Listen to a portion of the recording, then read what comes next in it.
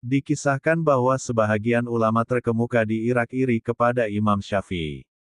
Mereka membuat tipu daya kepadanya lantaran beliau lebih unggul dari mereka dari segi ilmu dan hikmah. Imam Syafi'i mendapatkan hati para pencari ilmu pengetahuan sehingga mereka hanya berminat dengan majelis pengajian beliau. Mereka hanya mau tunduk dengan pendapat dan ilmu beliau.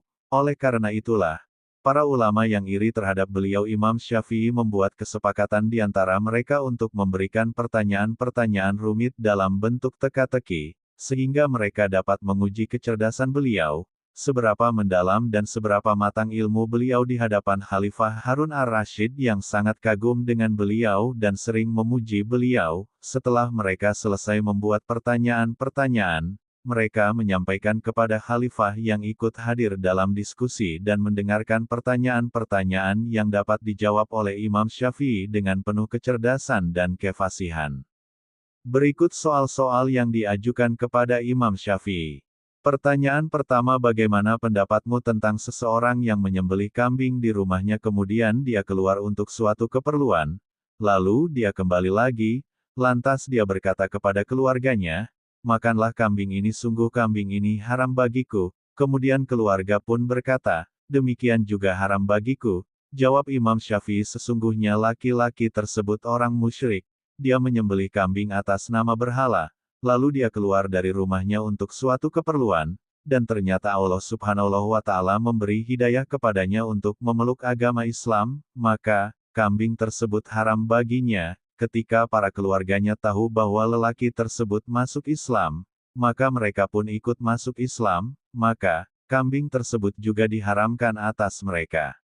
Pertanyaan kedua, ada dua muslim yang sama-sama berakal minum arak, salah satunya dikenai hukuman sedangkan yang lainnya tidak dikenai hukuman. Jawab Imam Syafi'i, sebab salah satunya balik sedangkan lainnya masih kecil. Pertanyaan ketiga, ada 5 orang yang melakukan zina terhadap seorang perempuan, maka orang yang pertama harus dibunuh, orang kedua dirajam, orang ketiga dikenai hukuman zina, orang keempat dikenai separuh hukuman zina, dan orang kelima tidak dikenai sanksi apapun. Jawab Imam Syafi'i, orang pertama menganggap zina perbuatan halal, sehingga dia murtad dan dia berhak untuk dibunuh, orang kedua adalah muhson, orang yang pernah menikah, orang ketiga adalah goiru muhson, belum pernah menikah, orang keempat adalah seorang budak, sedangkan orang kelima adalah orang gila. Pertanyaan keempat, ada seorang lelaki melaksanakan sholat, setelah dia mengucapkan salam ke kanan, istrinya tertalak, ketika dia mengucapkan salam ke kiri, maka sih salatnya batal, dan ketika melihat ke langit, maka sih dia wajib membayar 1000 dirham.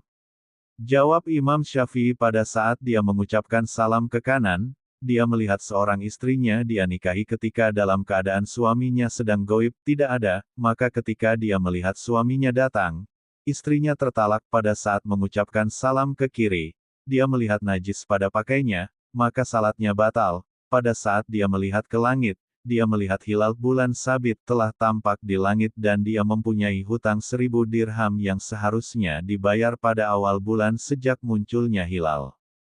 Pertanyaan kelima, ada seseorang imam melaksanakan salat bersama 4 orang di dalam masjid, lantas ada seseorang yang masuk dan ikut melakukan salat di sebelah kanan imam.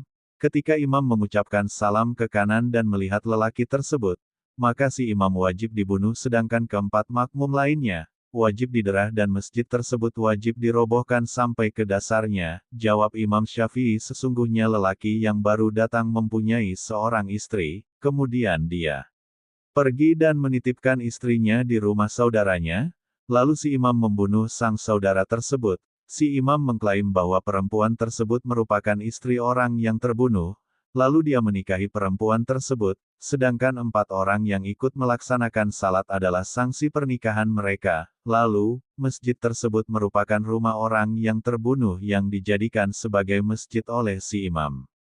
Pertanyaan keenam, bagaimana pendapatmu mengenai seseorang yang budaknya kabur? Lalu dia berkata, budak tersebut statusnya merdeka jika saya makan sebelum saya menemukannya. Bagaimana solusi dari ucapan tersebut? Jawab Imam Syafi'i, dia memberikan budaknya kepada sebagian anaknya, kemudian dia makan, lalu dia meminta lagi budak yang telah diberikan pada anaknya. Pertanyaan ketujuh, dua orang perempuan bertemu dua lelaki muda, lalu kedua perempuan tersebut berkata, "Selamat datang kedua anak kami, dua suami kami dan dua anak suami kami." Jawab Imam Syafi'i, sesungguhnya dua lelaki muda tersebut merupakan anak dari kedua perempuan tersebut, lantas masing-masing dari kedua perempuan tersebut menikah dengan laki-laki perempuan satunya, jadi kedua lelaki tersebut merupakan anak dari kedua perempuan tersebut, dan anak dari mantan suami dari kedua perempuan tersebut. Pertanyaan ke-8, seorang laki-laki mengambil segelas air untuk diminum, dia dihalalkan minum separuhnya, tetapi diharamkan baginya minum air yang masih tersisa di gelas. Jawab Imam Syafi'i, sesungguhnya lelaki tersebut baru minum separuh gelas lalu dia mimisan dan menetas pada air yang masih tersisa di dalam gelas, sehingga darah tercampur dengan air, maka sisa air tersebut diharamkan baginya. Pertanyaan ke-9, seorang laki-laki memberikan kepada istrinya satu kantong yang terisi penuh dan terkunci. Dia meminta kepada istrinya agar mengosongkan isinya dengan syarat dia tidak boleh membukanya, membelahnya, merusak kuncinya atau membakarnya. Jika dia melakukan salah satu dari hal tersebut, maka dia tertalak. Jawab Imam Syafi'i, sesungguhnya kantong tersebut berisi gula atau garam. Yang dapat dilakukan si istri ialah menaruh kantong tersebut di dalam air, sehingga isi kantong meleleh dengan sendirinya. Pertanyaan ke-10, ada seorang lelaki dan seorang perempuan bertemu dua anak muda di jalan, lantas keduanya mencium kedua anak muda tersebut. Ketika keduanya ditanya mengenai perbuatannya tersebut, si lelaki menjawab, "Ayahku adalah kakek keduanya, saudaraku adalah paman keduanya, istriku adalah istri ibu keduanya." Sedangkan si perempuan menjawab, "Ibuku adalah nenek keduanya, saudara perempuanku adalah bibi keduanya." Jawab Imam Syafi'i, sesungguhnya si lelaki merupakan ayah kedua anak muda tersebut sedangkan si perempuan merupakan ibu keduanya. Pertanyaan ke-11, ada dua orang laki-laki di atas loteng rumah, salah satunya terjatuh dan mati, anehnya istri lelaki satunya yang masih hidup menjadi haram baginya. Jawab Imam Syafi'i, sesungguhnya lelaki yang terjatuh sampai mati menikahkan anak perempuannya kepada budaknya yang menemaninya di atas loteng. Ketika laki-laki tersebut meninggal, maka anak perempuannya memiliki budak yang merupakan suaminya sendiri, maka perempuan tersebut haram baginya. Sampai di sini, Khalifah Ar-Rasyid yang ikut hadir dalam diskusi tidak mampu menyembunyikan kekagumannya terhadap kecerdasan Imam Syafi'i, kecepatannya mendapatkan ide, ketajaman pemahamannya, dan bagus daya tangkapnya. Dia berkata, "Alangkah hebatnya keturunan Bani Abdi Manaf ini, sungguh, engkau menjelaskan dengan sebaik-baiknya, engkau menafsirkan dengan sejelas-jelasnya, dan engkau membuat redaksi dengan fasih."